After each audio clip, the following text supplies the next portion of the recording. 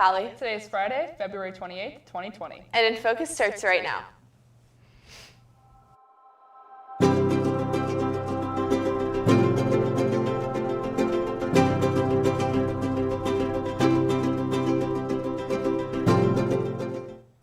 A celebration to honor Black History Month tonight in the MAC. Updates about the coronavirus, both around the world and locally. And an exclusive interview with some of Pally's meme lords. All that and more is coming up on today's show.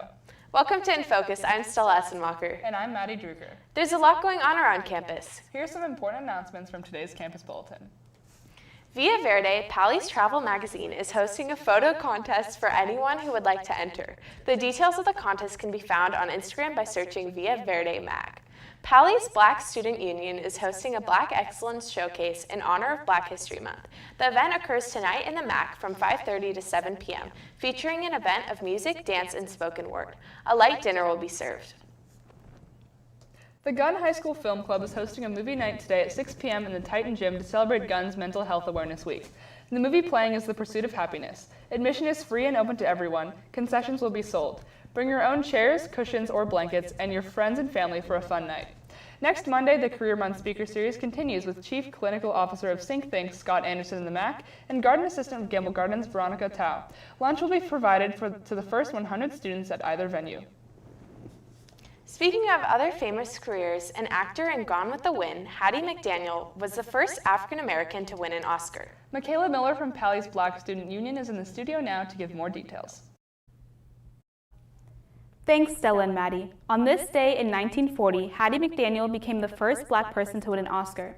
She won for Best Supporting Actress with her performance in Gone with the Wind at the 12th Academy Awards. McDaniel was born to former slaves in Wichita, Kansas, and was the youngest of 13 children.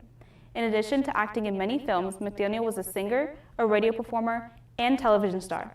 She was the first Black woman to sing on the radio in the United States and appeared in over 300 films. She has 2 Hollywood stars on the Hollywood Walk of Fame, one for radio and one for her work in film. In 2006, she became the first Black Oscar winner honored with a U.S. postage stamp. That's all from me. Back to you. Moving on now to the news of today. Today's headlines are a bit more local than we might like. The coronavirus may be entering a new phase, at least in the U.S. Health officials are investigating what may be the first instance in the U.S. of what is being called community spread. That means the patient wouldn't have had direct exposure to another patient. The patient is a Vacaville resident and is being treated in the UC Davis Medical Center in Sacramento. School nurse Jennifer Kleckner recommends certain practices to help prevent the coronavirus from spreading. Frequent hand washing, before you eat, after you use the bathroom, or anytime you're blowing your nose, can help break the spread of an infection. Coughing or sneezing into our elbows as opposed to our hands makes a big difference. So please just pay attention to that, and you can help prevent the spread. So far, health officials have diagnosed 14 cases of the virus in the United States, according to the Centers for Disease Control. Coronavirus fears sent U.S. stocks tumbling once again today. Markets opened sharply lower and losses got worse in the first hour of trading. At one point today, the Dow was down nearly 1,100 points, and Thursday saw the Dow's worst single-day point drop in history. All 3 stock benchmarks are on track for their worst week since October 2008. Don't go anywhere, Pally. We'll be back after the break.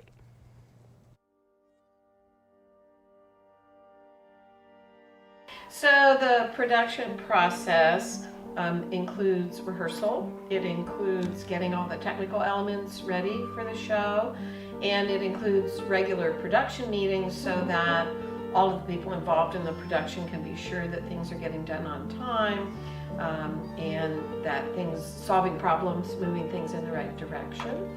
So rehearsals we have generally 5 days a week after school, and those begin by reading through the text and understanding it, and then blocking the show, which means the staging, where do you enter, where do you exit, any stage business. The tech team is also working almost every day after school and all day on Saturday. And so they're probably spending 12 to 15 hours a week building and painting the set. pulling props, creating props, designing lights, working on lighting and sound. And for this show, we will also have live musicians. Pally students have composed the music, and so we'll bring them in during the tech rehearsals and dress rehearsals when we pull everything together.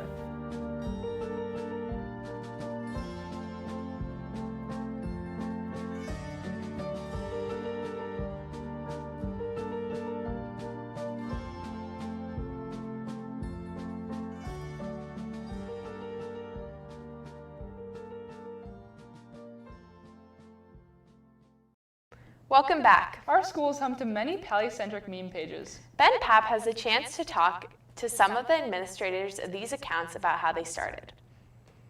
Most students here at Pally have access to at least one social media platform or another, and use it to share their favorite recent photos and videos from their lives.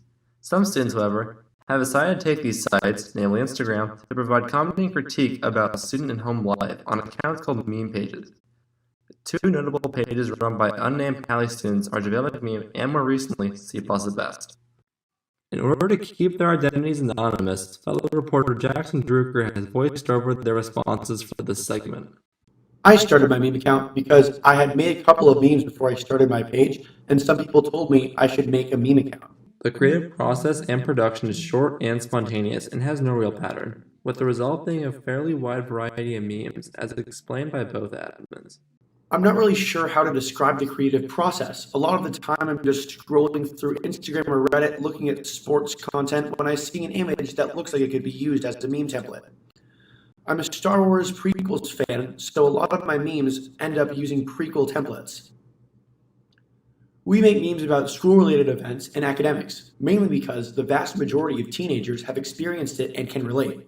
I make all kinds of memes. The vast majority of the memes on my page are text above an image, captioning it in a funny way. I also do it with videos, and I have done edits where I've taken the InFocus News preview screen, the Viking and Verde table of contents, and Campy A1, and made them funny. And it doesn't take anything fancy to actually make the meme either. I use a combination of Apple Photos, Google Draw, and a website called kapwing.com. There's also been a lot of community engagement recently, some for better and for worse. InFocus featured me once, which was cool, I guess. I didn't get to see it because my teacher doesn't turn on InFocus, but people told me about it. People sometimes come up to me and tell me they like a specific meme a lot, which always makes me feel good. Sometimes people on publications that I meme get heated and try to start publication beef with me in real life, but Campy is obviously the best publication, so I don't really pay them much mind. And there are no plans to stop, with only bigger goals and more coming soon. My endgame goal is to start a strike wherein students refuse to come to school until admin opens up the Mac, but that seems a tad unrealistic, and I don't think a truancy letter is worth watching admin deliberate for a month and then just not open the Mac. To conclude, these meme pages provide a good dump for student creativity and humor, and without them, the online community wouldn't be the same. For InFocus, I'm Benjamin Papp. Thanks for that story, Ben. It is interesting to know who starts these pages. But now let's start with sports. Jason Goldie is in the studio now with the latest in Pally sports news. So Jason, how did the Pally teams do last night? Thanks, Maddie. Our teams did excellent last night. The boys varsity baseball team played Westmont and got us a win with a score of 8-0. The boys varsity basketball team beat Santa Teresa last night, 43-24. Girls varsity beat Los Gatos, 45-37. Varsity girls swimming beat Menlo Atherton, 137-43 yesterday. Varsity boys also beat MA, winning 106-64. Moving up to the upcoming games, both Pally baseball teams will match up against Sacred Heart Prep this Saturday, with the varsity team playing at 11 a.m. and junior varsity playing at 2 p.m. The boys varsity basketball team plays its playoff game against a to-be-determined opponent this Saturday at 7 p.m. The girls varsity basketball team will also play its neutral playoff game versus Menlo Atherton this Saturday at 7 p.m. as well. That's all for me. Back to you. Well, that does it for today's episode. Be sure to visit our website to check out the old episodes, check the bulletin, or to send us an email. Until next time, have a great day, Pally.